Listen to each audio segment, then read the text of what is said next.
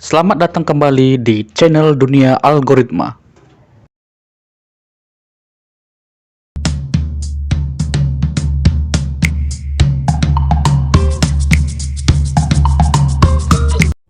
Oke, baik. Pada video kali ini kita membahas tentang algoritma ya yang dipakai di kriptografi modern. Kemarin di pertemuan yang lalu kita membahas tentang algoritma kriptografi ya dan contoh MD5 ya. Nah, di video sebelumnya kita membahas algoritma kriptografi, pengenalan kriptografi dan algoritma MD5-nya. Namun di pertemuan kali ini kita membahas tentang jenis-jenis algoritma kriptografi modern. Oke, jadi ini ya, jenis algoritma kriptografi modern. Ya, berdasarkan kunci yang dipakainya. Kunci ini maksudnya apa? Kunci ini maksudnya di sini adalah sebagai pembangkit nilai, pembangkit angka. Ya, pembangkit angka pada proses enkripsi dan dekripsi. Seperti di video kemarin ya, tentang MD5 itu ada membahas tentang kunci. Nanti bisa dilihat di video sebelumnya apa yang dimaksud dengan kunci. Oke. Algoritma kriptografi dibagi menjadi 3 jenis ya. 3 jenis ini secara umum ya. Mungkin kalau di referensi lain mungkin bisa berbeda, nanti silahkan aja di searching, tapi secara umum saya rangkum seperti ini. Yang pertama, algoritma simetri ya, yaitu algoritma yang memakai kunci simetri. Di antaranya adalah ini dia, block chipper ya, dibagi jadi 2. Algoritma simetri dibagi jadi 2. Yang pertama, block chipper ya. Algoritma block chipper itu apa saja? Ada ini, data encryption standard ya, data encryption standard atau DES. Yang kedua, international data encryption algorithm atau IDEA. Yang ketiga, advanced encryption standard atau AES. Yang keempat, triple DES. Oke, ini ada lagi ya. Jadi triple DES ini perkembangan dari DES ya. Nah, ini sebenarnya setelah DES ada lagi. Setelah DES yaitu double DES ya. Jadi DES dulu, data encryption standard, double DES, lalu triple DES. Oke. Yang B, stream chipper ya. Algoritmanya on type pad atau OTP A5, RC2, 4, RC5, RC6. Jadi RC6 ini penyempurnaan dari RC5, RC4 dan RC2. Oke, seperti ini ya. Oke, selanjutnya yang kedua, algoritma asimetri ya. Algoritmanya yaitu yang memakai kunci publik. Kalau tadi yang simetri memakai kunci simetri, oke. Kalau yang asimetri memakai kunci publik. Di antaranya algoritmanya digital signature algorithm ya. Ini untuk membahas tentang tanda tangan ya.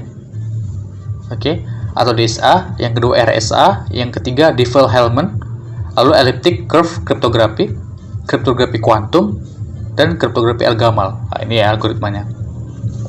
Oke, yang ketiga fungsi hash. Contoh algoritma yang menggunakan fungsi hash adalah MD5 ya, MD5 dan SHA-1. Ya, di video sebelumnya ya, di kriptografi di part 1 itu sudah dibahas ya tentang algoritma MD5. Nah, jadi itu sudah saya bahas di situ.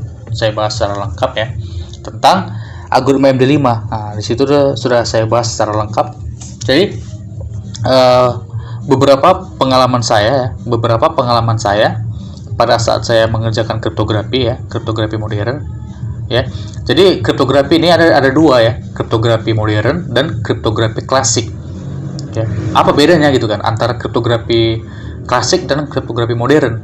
Kalau kriptografi klasik ya, algoritmanya itu Caesar chipper ya, Caesar chipper, Hill chipper, dan Wegener chipper ya. Wegener chipper itu algoritmanya ada 3 algoritma kriptografi klasik. Yang pertama ya, secara umum yang pertama Caesar chipper, yang kedua Hill chipper, yang ketiga Wegener chipper.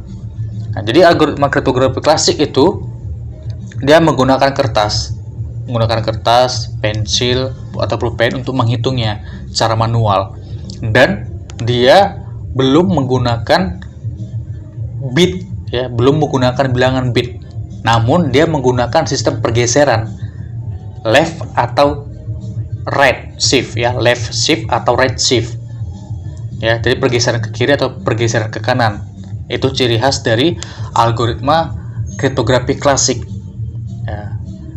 Lalu kriptografi modern itu bagaimana? Kriptografi modern itu dia menggunakan bantuan komputer, ya, bisa menggunakan bantuan komputer untuk menghitungnya, dan dia terdiri dari bit-bit, ya. Bit-bit itu apa? Ya, bit itu bilangan biner, bilangan biner. Jadi kalau kriptografi modern itu dia menggunakan tabel ASCII untuk memprosesnya. Nah, jadi dia menggunakan tabel ASCII untuk memprosesnya, ya. Dan juga dia keamanan kriptografi modern itu lebih tinggi karena tingkat kerumitan daripada proses menghitungnya. Proses menghitungnya kan enkripsi dan dekripsi. Itu prosesnya lumayan ribet dan cukup rumit matematikanya. Makanya kriptografi modern ini dipakai untuk saat ini di dalam mengamankan data, data perusahaan, ya, data website. Itu pakai kriptografi modern. Ya, ada beberapa pengalaman saya, ya. Ada beberapa pengalaman saya, seperti ada project yang saya kerjakan, yaitu data encryption standard DES, ya. Lalu ada international data encryption algorithm IDEA, ya, double DES dan triple DES. Jadi ada beberapa pengalaman saya dalam mengerjakan kriptografi modern. DES, IDEA, AES, triple DES, double DES, dan MD5. Itu beberapa project yang pernah saya kerjakan. Jadi perhitungannya itu cukup rumit dan sangat kompleks. Artinya matematikanya itu sangat kuat. Sedangkan proses enkripsinya aja tuh bisa sampai belasan puluhan kertas proses enkripsinya. Belum lagi dekripsinya. Jadi makanya kriptografi modern ini saat ini sangat dianjurkan untuk digunakan di dalam data, ya, data-data penting, terutama data-data di perusahaan dan data-data di pemerintahan, ya. Seperti data website, ya. Data website itu udah menggunakan kriptografi modern, ya. Kalau kita kotak-katik di exam PP, kalau kita kotak-katik di exam PP atau kita lihat di exam PP itu ada pilihan pengamanannya, apakah menggunakan algoritma MD5 dan algoritma lainnya. Itu sudah ada di situ.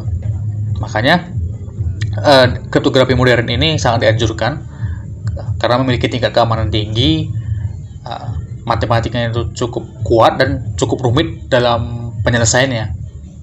Jadi kriptanalis itu orang yang memecahkan sandi kriptografi, itu kriptanalis. Ya, kriptanalisnya itu pun cukup rumit untuk memecahkan sandinya. Untuk memecahkan sandinya, kriptanalis itu sangat rumit. Oke. Jadi itu begitu. Terus dukung channel ini, ya, dengan cara like, comment, share, subscribe, ya, sebanyak-banyaknya. Oke, terima kasih bersama dengan saya Anas Prasetyo di channel Dunia Algoritma.